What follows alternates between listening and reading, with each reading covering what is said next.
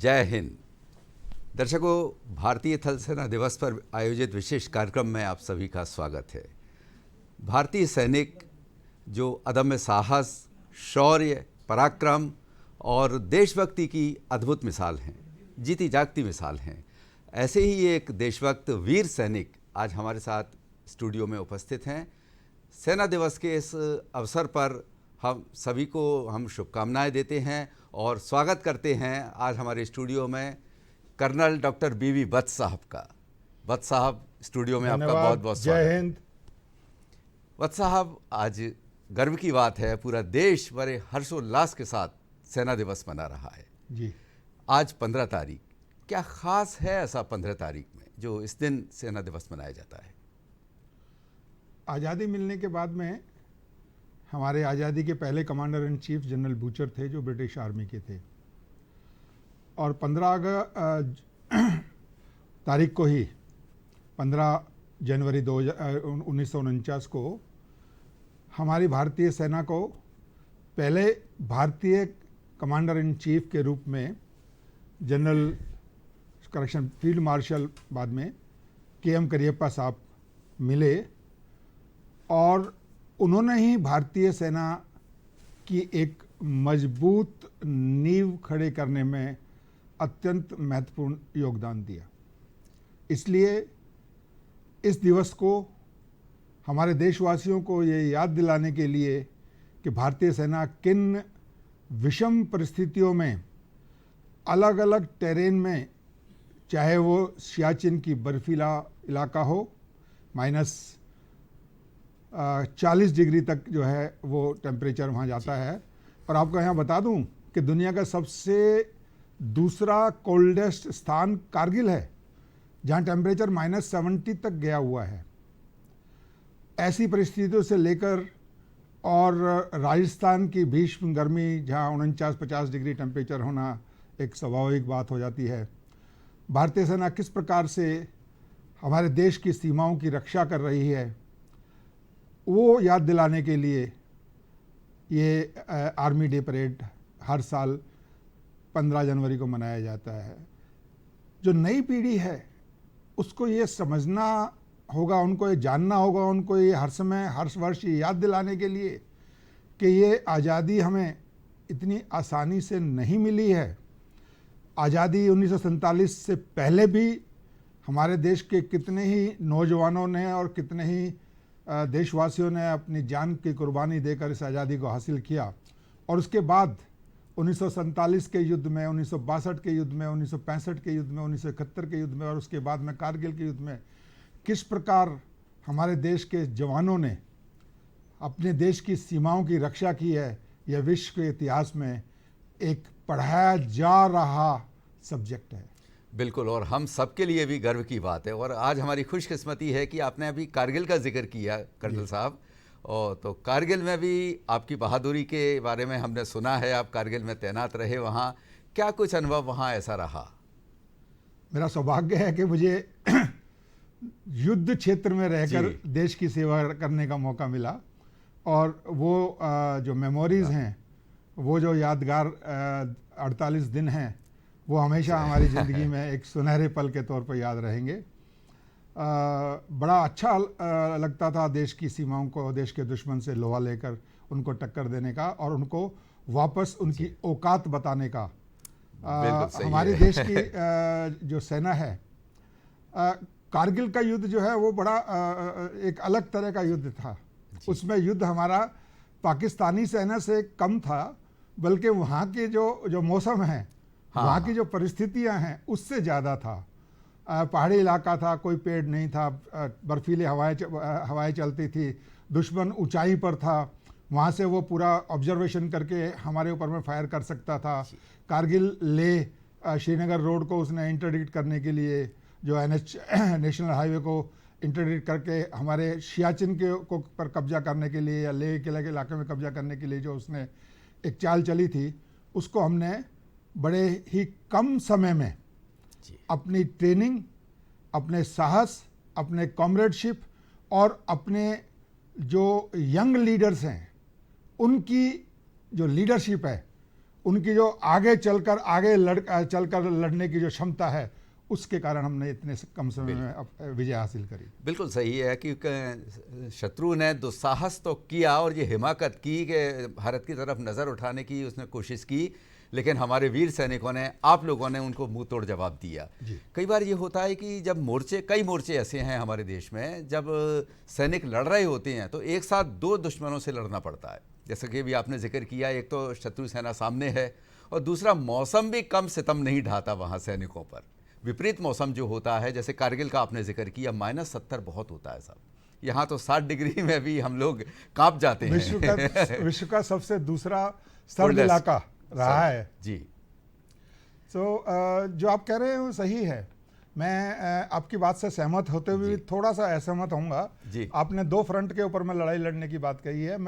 मेरे विचार में हमें भविष्य का युद्ध मौसम को अगर छोड़ दिया जाए तो भी 2.5 फ्रंट पर लड़ना पड़ेगा। 2.5 फ्रंट का तो जनरल विपिन रावत साहब ने जो कहा है वो अंदरूनी एक हमारा आधा मामला आ जाता है। हमें तैयार रहना पड़ेगा। बिल्कुल सही। एक साथ पाकिस्तान, चीन और हमारे देश के अंदर जो बैठे हुए आंतरिक जो सुरक्षा को खतरे में डाल के लिए जो स्लीपर सेल्स बैठे हुए, उनके साथ में भी हमें सतर्क रहना पड़ेगा, सजग रहना पड़ेगा देश की रक्षा। बिल्कुल सही है कर्नल साहब। मुझे याद आ रहा है कि गुरु गोविंद सिंह ने जो एक सूत्र दिया, जो शौर्यपूर्ण पंक्तियां दी कि देहि शिवावर मोहि यही शुभ कर्मन ते कबहू न डरो, न डरो अरिते जब जाए लड़ो, निश्चय कर अपनी जीत करो। जब आर की औंद निदान बने, अति ही रण में जब जूझ परो। तो ये मरने मारने पे, मतलब जान हथेली पर लेकर हमारे सैनिक जो रणभूमि में उतरते हैं और मातृभूमि के लिए, देश के लिए, देशवासियों के लिए, क्या जज्बा, क्या उस समय उनके अंदर भावनाएं ऐसी होती हैं कि सामने गोली चल रही है, मौत सामने खड़ी है, लेकिन उसका कर्तव्य उसको अडिग बनाए रखा है। वहाँ कहाँ से ये जज्बा आता है सैनिकों में? आप बिल्कुल सही कह रहे हैं। कर्तव्य के अलावा देखिए, हमारे देश की जो ट्रेनिंग है, जी हाँ, जिस प्रकार से हम अपने सैनिकों को, अपने ऑफिसर्स को ट्रेन करते हैं, वो विश्व की मानी हुई ट्रेनिंग है। और अगर मैं आपको ये बताऊं कि हमारे ही प्रदेश के महू, जो इंदौर के पास में है, उसमें तकरीबन हम 25 फ्रेंडली देशों के सैनिकों को, कुछ चुने हुए सैनिकों को और अफसरों को ट्रेनिंग देते हैं। जी जी। तो हम, जिसमें यूएसए तक शामिल है। क्या बात। हम जब कमांडो ट्रेनिंग कर रहे थे तो हमारे साथ में यूएसए, कनाडा, फ्रांस, इन सब के ऑफिसर्स थे। और हम उनको पीछे छोड़ देते थे। क्या बात। बहुत पीछे छोड़ देते थे। जी जी।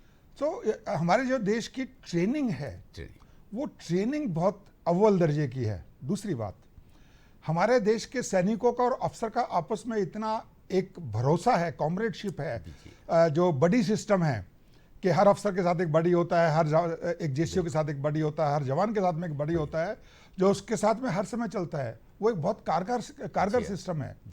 हमारे देश के जो हथियार हैं, वो धीरे धीरे जो इंडियनाइजेशन हो रहा है, हमारे देश की सरकार ने जो है पिछले 10-15 साल से जो भारत में अपने खुद के हथियार बनाने की जो परंपरा चालू करी है, वो बहुत दूर तक हमारे साथ जाएगी। क्योंकि कारगिल के अंदर में भी हमारे पास में जब युद्ध खत्म होने है तो कुछ देशों ने हमारे हाथ मरोड़ने की कोशिश करी थी। अच्छा।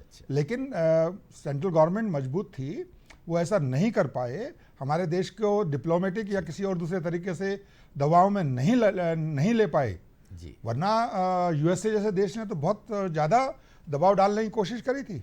जी बिल्कुल, हमारे सैनिक जुझारू हैं और कहीं ना कहीं जैसे आपने कहा कि हमारी जो ट्रेनिंग है, आपका जो प्रशिक्षण होता है और जो भावना है, सैन्य भावना वहाँ रग रग में पिरोई जाती है और उसके साथ एक सपोर्ट का काम करता है शायद कि वीर भूमि भारत आदि से अनंत तक है यही परंपरा, कायर भोगे दुख सदा, वीर भोग्या वसुंधरा। तो हमारी भारतीय वीर भूमि के जो महापुरुषों के किस्से हैं, जो वीरता के किस्से हैं, वो भी कहीं ना कहीं आपको एक एनर्जी देते हैं। बिल्कुल बिल्कुल बिल्कुल। देखिए, जब हम वहाँ पर युद्ध क्षेत्र में थे तो हमें किसी प्रकार की ऐसी कोई चिंता नहीं थी कि मैं अपने परिवार को पीछे छोड़कर आया हूँ और उसका क्या होगा, क्योंकि हमें मालूम था और बड़ी अच्छी तरीके से हम ये समझते थे कि एक हमारे देश की पूरी जनता, 130 करोड़ 140 करोड़ जनता हमारे साथ में है। बिल्कुल। हमारे देश की लीडरशिप हमारे साथ में है, पॉलिटिकल डिप्लोमेटिक लीडरशिप हमारे साथ में है, मिलिट्री लीडरशिप हमारे साथ में है।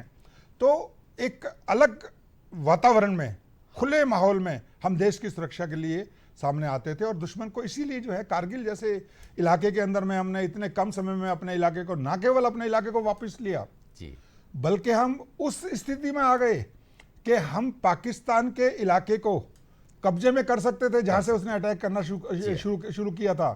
लेकिन ये हमारे देश की राजनीतिक जो है क्षमता ही है कि उस समय के प्रधानमंत्री ने कहा नहीं, हम पाकिस्तान को अंदर क्रॉस नहीं करेंगे, ये हमारी जो विचारधारा है या हमारे उसूलों के खिलाफ है। और हमने पाकिस्तान को कब्जा करने की स्थिति में होते हुए भी कब्जा नहीं किया। बिल्कुल सही, यही भारतीय सेना का साहस है और ये संस्कार हैं। और अब हम बात करते हैं कि आज थल सेना दिवस है और इस बार ये पुणे में आयोजित किया जा रहा है कार्यक्रम। ये एक बहुत अच्छी परंपरा, कर्नल साहब आप क्या मानते हैं इसको, कि पहले दिल्ली में ये कार्यक्रम होते थे, अब अलग अलग शहरों में, बेंगलोर में हुआ, कर्नाटक में हुआ, फिर उसके बाद में लखनऊ में लास्ट ईयर किया गया था, इस बार पुणे को चुना गया है। तो क्या कुछ वहाँ होने वाला है और किस तरह से वो कार्यक्रम की क्या परंपराएं होती हैं? देखिए, मोटे तौर पर अगर देखा जाए तो आर्मी डे का जो उसको सेलिब्रेट करने का उद्देश्य है, मैं 3 बातों से मैं मानता हूँ जी। पहला ये कि देश की जनता को ये बताना कि किस तरीके से हमें आज़ादी हासिल हुई है, देश के सैनिकों ने कितनी कुर्बानियां देकर इसको हासिल किया है। और अब आप लोगों का भी फर्ज बनता है भारत के देशवासी होने के साथ कि इस जो स्वतंत्रता है उसको बनाए रखने में अपनी मदद दे। नंबर 1 जी। नंबर 2, जो भारत का युवा है उसको ये बताने के लिए और उसको ये प्रेरित करने के लिए कि देश सेवा के लिए डिफेंस फोर्सेस में ज्वाइन करने से के अलावा डिफेंस फोर्सेस में ज्वाइन करना एक सबसे बड़ी देशभक्ति की जो है सेवा है। बल्कि खुशकिस्मती से मिलती है ये सेवा, क्योंकि नौकरी रोजगार तो कहीं भी बहुत सारे क्षेत्र हैं, सिविलियन सेक्टर में भी भरमार है, लेकिन नॉन सिविलियन लाइफ में जाना और देश के लिए, देशवासियों के लिए करना। तीसरा, जो हमारी जो साजो सज्जा है डिफेंस की, जो मॉडर्नाइजेशन है, जो नए इक्विपमेंट जो है हम जो एक्वायर कर रहे हैं, चाहे वो मारक क्षमता वाले हो, चाहे वो जो कमांड एंड कंट्रोल के लिए हो, कम्युनिकेशन के लिए हो, या सूचना हासिल करने के लिए हो, तो उनको भी प्रदर्शन करना एक इसका उद्देश्य है। तो उस चीज़ को देखते हुए एक बड़ा अच्छा डिसीजन लिया गया कि पारंपरिक तौर पर जो पहले दिल्ली के करियप्पा मैदान में परेड ग्राउंड में जो परेड होती थी, आर्मी डे परेड, उसको 2023 में बेंगलोर में किया गया, फिर उसके बाद लखनऊ में किया गया, और उसके बाद में अब 2025 में पूना में किया गया है। अब पूना में करने का भी एक कारण है कि वहाँ पर जो है हेडक्वार्टर सदर्न कमांड है वहाँ पर, और पूना की अपना एक अलग जो है साहसिक और एक बड़ा शौर्य का इतिहास है। वीर शिवाजी की गाथा है वहाँ से, खड़गवासला एकेडमी। और मैं एक एक्स एनडीए हूँ, तो मेरे तो उनके जो है पूना के साथ में बहुत ही अच्छी और मेमोरेबल यादगारें जुड़ी हुई है। कुछ एक आध यादगार किस्से हमारे दर्शकों से साझा कीजिए। एनडीए में जब ट्रेनिंग के दौरान आपने कॉलेज में किस तरह का माहौल वहाँ देखा और कैसे आप एक सिविलियन से नॉन सिविलियन लाइफ की तरफ कन्वर्ट होते गए? मेरा कोई आर्मी बैकग्राउंड नहीं था जी, लेकिन अभी मेरा जो हम 2 भाई हैं, तो दूसरा भाई भी आर्मी से कर्नल से रिटायर हुआ है। क्या बात है। और हमारे फादर का जो सपना था कि वो आर्मी में अफसर बने, बट किन्हीं कारणों से वो सेलेक्ट नहीं हो पाए, ज्वाइन नहीं कर पाए। अच्छा।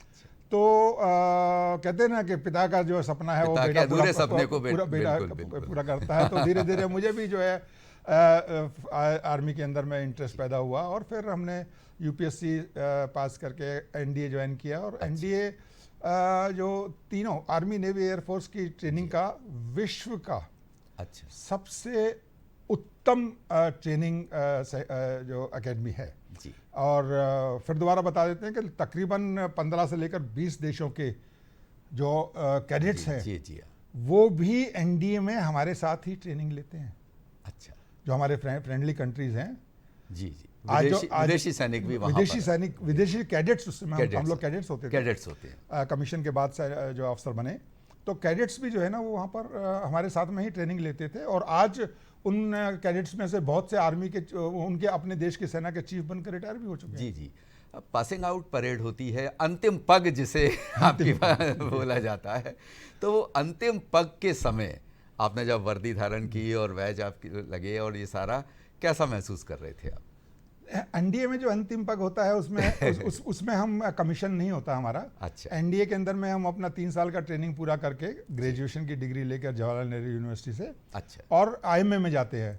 वहाँ पर हमारा 1 साल का जो है तो पूरा कंप्लीट मिलिट्री ट्रेनिंग होता है। जी जी। तो मिलिट्री ट्रेनिंग के जो पासिंग आउट के अंदर में जब अंतिम पग होता है तो वो लास्ट पग होता है। एक आईएमए के में जो कैडेट्स होते हैं उनको जेंटलमैन कैडेट्स कहा जाता है। अच्छा अच्छा। एनडीए में कैडेट्स और आईएमए में जेंटलमैन कैडेट्स। जी, जी। और जो अंतिम पग होता है जी। वो उस पग को जेंटलमैन कैडेट को वो ऑफिसर में कन्वर्ट कर देता है, ऑफिसर में तब्दील कर अंतिम पग देता है है। वो अंतिम पग को माना जाता है। हमारी सेना की भी काफ़ी अच्छी परंपराएं जो हैं, जो एक सैनिक को देशभक्ति से ओतप्रोत करती हैं। और इस बार ये जो पुणे में आयोजन हो रहा है सेना दिवस का, कई सारी नई बातें उसमें और जोड़ी जा रही हैं, और ये बहुत अच्छी बात है कि हमारी सेना आधुनिकीकरण की तरफ बढ़ रही है और आत्मनिर्भर भारत में स्वावलंबन की सेना की एक अद्भुत मिसाल कायम होती जा रही है। रोबोटिक की मैं बात कर रहा हूँ, इस बार विशेष रूप से रोबोटिक खच्चर जिसे नाम दिया गया है, तो वो वहाँ प्रदर्शित किए जाएंगे। तो ये टेक्नोलॉजी के आने से भारतीय सैनिकों को, हमारी सेनाओं को क्या एक इससे सुविधा मिल रही है और किस तरह से उनका आत्मविश्वास और बढ़ रहा है? भविष्य का युद्ध जी हाँ, टेक्नोलॉजी का युद्ध होगा। बिल्कुल, बिल्कुल। भविष्य का युद्ध रोबोटिक्स और ड्रोन टेक्नोलॉजी पर आधारित युद्ध होगा। भविष्य का युद्ध विषम परिस्थितियों में भी खुद मौजूद न होकर वहाँ की सारी जानकारियाँ प्राप्त करके और बिल्कुल सटीक मिसाइल से या किसी दूसरे हथियार से निशानेबाजी करके वो करने वाला युद्ध होगा। उदाहरण आप देख रहे हो, बिल्कुल। रशिया यूक्रेन के अंदर, इजराइल हमास या हिजबुल्लाह के साथ में, उससे पहले आर्मेनियन युद्ध के अंदर में।